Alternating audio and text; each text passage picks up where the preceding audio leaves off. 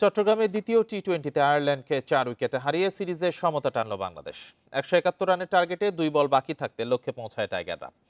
7 বলে 17 রানের ক্যামিওতে বাংলাদেশের জয়ের নায়ক সাইফুদ্দিন। 3 উইকেট নিয়ে শেখ মাহেদিও বড় অবদান রাখেন।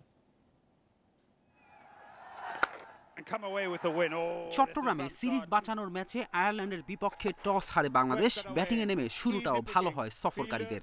ওপেনিং জুটিতে 57 রান, 8 ওভার পর্যন্ত 10 রান রেটে ব্যাট করে আইরিশরা। স্টার্লিং এর দল যখন বিশাল সংগ্রহের পথে, তখনই ব্রেক থ্রু শেখ মাহিদির। নবম ওভারে 1 রান দিয়ে নেন 2 উইকেট। নিজের শেষ ওভারে ফেরান আরও এক ব্যাটারকে।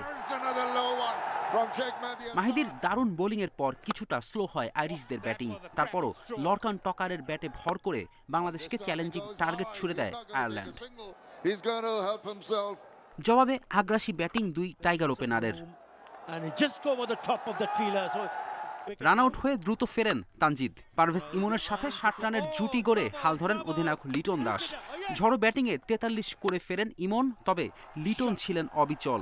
দারুণ সব বাউন্ডারিতে রানের চাকা সচল রাখেন তিনি। সাইফের সাথে কার্যকর জুটিতে দলকে জয়ের পথে এগিয়ে নেন লিটন। 37 বলে 57 করে ফেরেন টাইগার অধিনায়ক। এর পরপরই সাইফ ফিরলে কিছুটা চাপে পড়ে বাংলাদেশ। সেই চাপ আরো বাড়ান হৃদয় ও সোহান দ্রুত আউট হয়ে। তবে সাইফুদ্দিন বিপদ বাড়তে দেননি। তার 7 বলে 17 রানের ক্যামিওতে জয় পায় বাংলাদেশ।